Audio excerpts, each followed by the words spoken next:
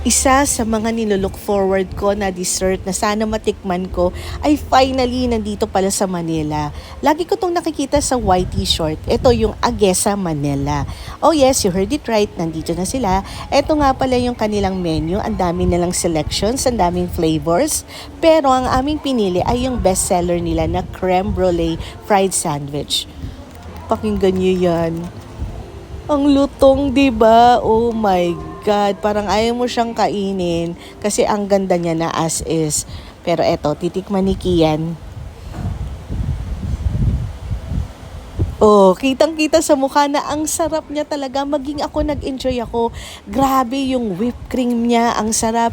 Yung custard filling niya, soft, buttery. Oh my God, nagko-complement lahat. Hindi siya ganun katamis. Babalik-balikan namin to. Kaya kung ako sa inyo, i-try nyo na.